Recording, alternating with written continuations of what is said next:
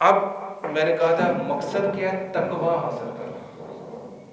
اور تقوی کا پھر میں مطلب بتا دوں، اس بات کو ذہن میں ڈالیں، بار بار روزوں کا مقصد ہی تقوی بتایا ہے کہ آپ نے اللہ سبحانہ و تعالیٰ کی نافرمانی کے کاموں سے کیسے بچنا ہے. اس کی پوری کوشش روزے رکھ کر، اور اس کی اب روزے رکھ کر ہماری جو پریکٹس کروا دی رہی وہ کیا ہے؟ اللہ سبحانہ و تعالیٰ چند گھنٹے ہم سے حلال چھڑوا رہا ہے، چند گھنٹے ہم سے حلال چھڑوا رہا ہے. اور ہماری پریکٹس کیا ہو رہی ہے؟ جس طرح 29 یا 30 دن چند گھنٹے تم میرے کہنے پر حلال چھوڑ رہے ہو، سارا سال بدر جملہ حرام اس طرح ہی چھوڑ رہا ہے. میرے کہنے پر چپکے سے کھا نہیں لیتے. میں کہہ رہا ہوں پانی نہیں پینا تو چپکے سے وہ گلاس پانی پی نہیں لیتا. یہاں پر ہمارا تقوی، ہمارا ایمان بڑا ہے. لیکن جب آتی ہے کوئی ڈنڈی نہیں مارنی، 2 نمبر کام نہیں کرنا، یہ نہیں کرنا، تو وہاں پر میں خیال نہیں آتا کہ روزہ رکھا ہے، روزہ ہماری یہی پریکٹس کروا کے گیا تھا، حلال چھڑوا کر حرام کو کیسے چھوڑنا ہے، یہ ہماری پریکٹس ہوتی ہے. اب ان روزوں کے حوالے سے بھی ذرا یہ جو فرض روزے ہو گئے، اس کے ساتھ جو نوافل ہیں ان کو بھی جوڑ لیں. یہ شعبان کا مہینہ چل رہا ہے. رسول اللہ صلی اللہ علیہ وسلم حضرت عائشہ رضی اللہ عنہا فرماتی ہے جتنے زیادہ روزے شعبان کے مہینے میں رکھتے تھے کسی مہینے میں نہیں رکھتے تھے. اور خصوصاً ابھی آج 15 شعبان ہے، تو ویسے جو شب برات کے حوالے سے اس طرح کی بہت سی چیزیں ہیں جو ہم نے ہمارے اندر آ چکی ہیں، اللہ تعالیٰ ہمیں ان سے بچنے کی توفیق عطا فرمائے. لیکن اصل مسئلہ یہ بھی ہے کہ 15 شعبان کا ویسے سنت روزہ رکھنا ہے، صحیح حدیث سے ثابت ہے، اس کا شب برات کے ساتھ کوئی تعلق نہیں ہے. ویسے ہی رسول اللہ صلی اللہ علیہ وسلم نے کہا ہے کہ 15 شعبان کا روزہ رکھا ہوا. تو چلے اب تو 15 شعبان آج تھی، اور اس سے ساتھ ہے کہ اگر کسی کا 15 شعبان کا روزہ چھوٹ جائے تو اس کے بدلے 2 روزے رکھ لیں. یہ نفلی روزے رکھیں گے تو اجر ملے گا.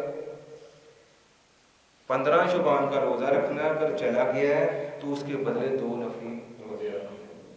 یہ سنت طریقہ. اور اس کے بعد جب رمضان ختم ہو جائے تو 6 شوال کے روزے رکھ لیں. اور 6 شوال کے روزے ایسی ہیں کہ جس نے 29 یا 30 رمضان کے اور 6 شوال کے رکھ دیے تو رسول اللہ صلی اللہ علیہ وسلم کی حدیث کے مطابق اس کا مفہوم یہ ہے کہ اس نے سارا سال ہی روزے رکھے. یہ فرض روزوں اور شروع میں شعبان کے روزے اور اس کے بعد شوال کے روزے، ان کی کیا فضیلت ہے یہ پتہ ہونا چاہیے، تاکہ کوشش کریں اللہ سے توفیق مانگے کہ یہ بھی ہم رکھ لیں. اگلا علمی لحاظ سے قرآن کا اس رمضان کے ساتھ بڑا گہرا تعلق ہے.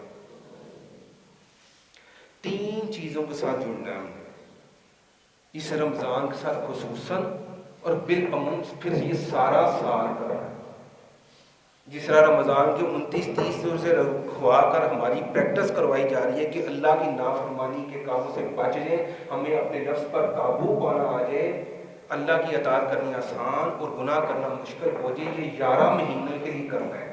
اسی طرح ہی قرآن کے ساتھ کیسے جڑنا ہے؟ 3 چیزوں کے ساتھ. کم سے کم فارمولہ آپ کے سامنے رکھنا، کم سے کم، اس سے زیادہ کر لیں تو اللہ توفیق دے. کم سے کم روزانہ ایک قرآن کی آیت سمجھے بغیر نہیں پڑھنی. اگر اس سے زیادہ توفیق دے تو جب بھی قرآن کھولنا اسے سمجھے بغیر نہیں پڑھنا. سمجھ آئے نہ آئے اس کی ٹینشن نہیں لینی، وہ خود ہی سمجھا دے گا. انشاءاللہ اللہ تعالیٰ کو ایسے بندے دے دے گا کہ آپ کو سمجھا دیں گے.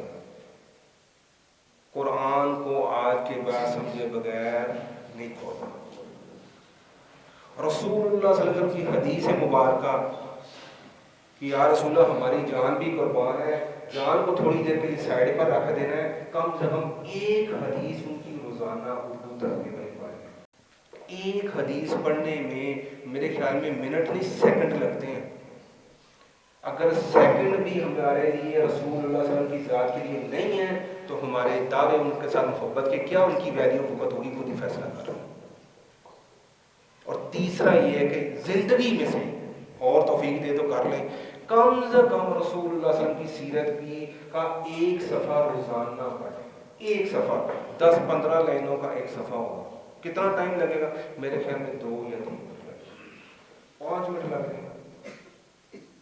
روزانہ قرآن کو سمجھے بغیر ہمارا دن نہیں گزرنا چاہیے، روزانہ کم از کم ایک حدیث سمجھے بغیر ایک دن گزرنا چاہیے، اور روزانہ کم از کم ایک سیرت کا صفحہ رسول اللہ صلی اللہ علیہ وسلم کا سمجھے بغیر ہمارا وہ دن گزرنا نہیں چاہیے۔ یہ ایسے سمجھے یہ فرض ہے،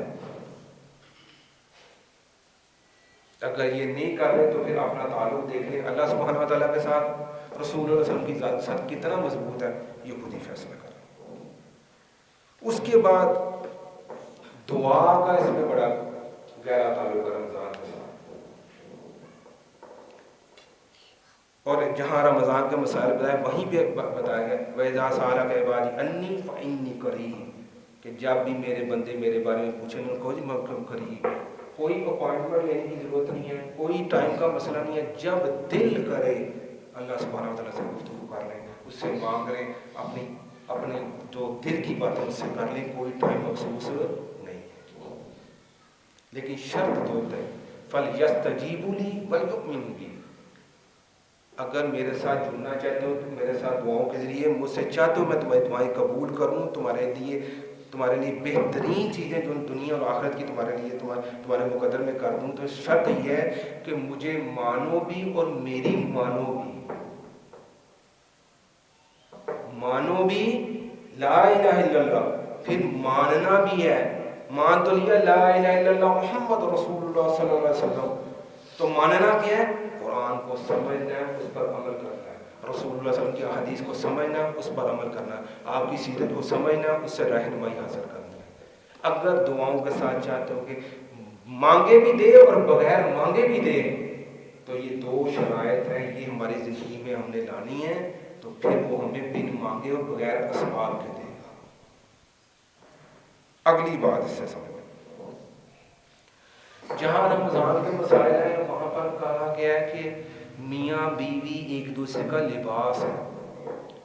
بندہ سوچے مسائل کی بات ہو رہی ہے رمضان کی، درمیان میں میاں بیوی کہاں آ گئے؟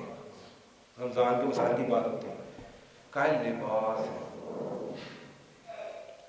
کیوں کہا گیا؟ کیونکہ یہ کہا کہ جس کو نیک بیوی مل گئی اس کا آدھا ایمان مکمل ہو گیا ہے، اب آدھے کی فکر کر رہے ہیں، سمجھے نیک بیوی ملنے سے بندے کی آدھا ایمان مکمل ہو رہا ہے، اور کہا یہ ایک دوسرے کا لباس ہے۔ لباس کرتا کیا ہے؟ لباس آپ کے نقائص کو، آپ کی کمیوں کو چھپاتا ہے۔ میرے جسم پر کوئی نشان یا داغ ہے، یہ اس لباس نے چھپایا ہوا ہے۔ میاں بیوی ایک دوسرے کے نقائص کو چھپاتے ہیں۔ لباس کیا کرتا ہے؟ سردی گرمی سے بچاتا ہے، سردی میں موٹے کپڑے اور گرمی میں پتلے کپڑے پہنتے ہیں، ایسے ہی ہے لباس۔ میاں بیوی حالات اچھے ہوں یا برے ہوں، لباس ایک دوسرے کو ڈھانپ لیتا ہے۔ لباس شخصیت کا آئینہ ہوتا ہے، آپ کی شخصیت کو خوبصورت کرتا ہے۔ وہ جو نیک بیوی ہے آپ کی خاندان میں بھی اور خاندان کے باہر بھی، آپ اس کے پچھلے بھی اور اس کے کوئی مہمان آ جائے تو وہاں بھی اس کی عزت کو بڑھاتی ہیں، تو سمجھے آپ ایک دوسرے کا لباس ہے۔ چوتھا کہا ہے یہ تم ایک دوسرے سے سکون حاصل کرتے ہو۔ میاں بیوی اگر ایک دوسرے کو ذہنی طور پر، قلبی طور پر، جذباتی طور پر، جسمانی طور پر سکون دے رہے ہیں تو سمجھے ایک دوسرے کا لباس ہے۔ تو ان چار چیزوں کی میں نے بڑی مثالیں دی ہیں، اس طرح میاں بیوی نے لباس بننا ہے رمضان کے تعلق کے حوالے سے۔